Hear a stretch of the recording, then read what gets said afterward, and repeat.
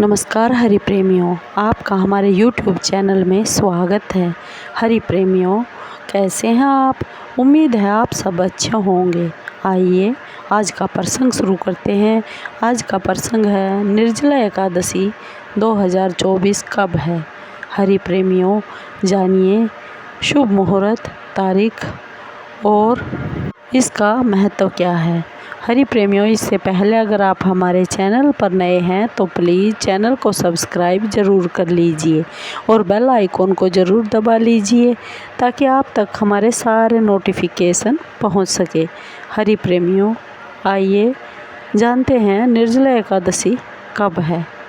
हरि प्रेमियों, निर्जला एकादशी वर्ष में एक बार आती है।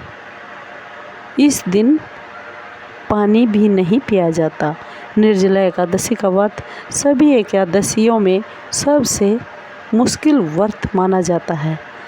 यह कठिन है। इस व्रत में बिना पानी पिए इस व्रत को रखा जाता है, इसलिए इस व्रत को सबसे कठिन माना गया है। निर्जला एकादशी का व्रत इस बार 18 जून को होगा और 19 जून को निर्जला एकादशी का पारण किया जाएगा। हमारी पौराणिक मान्यताओं में बताया गया है कि इस व्रत को पांडवों में जो भीम थे, उस भीम ने इस व्रत को रखा था, इसलिए इस व्रत को भीमसेनी एकादशी के नाम से भी जाना जाता है। कहते हैं इस एकादशी का व्रत करने से भगवान श्री विष्णु हरि बहुत ही जल्दी प्रसन्न होते हैं और आपका हर कष्ट दूर करते हैं। आइए जानते हैं इस निर्जला एकादशी का शुभ मुहूर्त, महत्व और पूजा विधि क्या है। हरि प्रेमियों, विष्णु पुराण में निर्जला एकादशी व्रत को बहुत ही महत्व दिया गया है।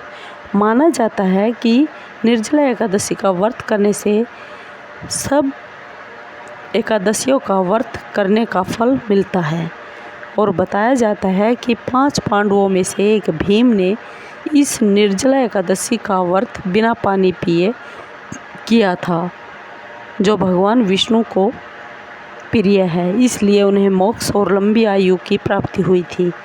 इसलिए इस व्रत को भीमसेनी एकादशी के नाम से भी जाना जाता है। इस व्रत को करने से आपके घर में कभी भी गरीबी नहीं आएगी और माँ लक्ष्मी आप पर प्रसन्न हो जाएगी। निर्जला एकादशी का शुभ मुहूर्त है। निर्जला एकादशी 17 जून को सुबह 4:43 से आरंभ हो जाएगी और इसके बाद 18 जून को सुबह 6:24 पर समापन होगा। निर्जला एकादशी का व्रत 18 जून को रखा जाएगा और इस व्रत का पारण अगले दिन 19 जून को दान पुण्य करने के बाद होगा।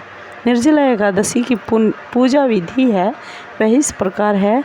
निर्जला एकादशी के दिन प्रातः स्नान करके दिन का आरंभ भगवान सूर्य को जल चढ़ा कर करें और अपने मन ही मन में भगवान श्री विष्णु और माँ लक्ष्मी का स्मरण करते हुए अपने मन मंदिर की सफाई कीजिए और घर के मंदिर की भी सफाई कीजिए और फिर व्रत का संकल्प कीजिए।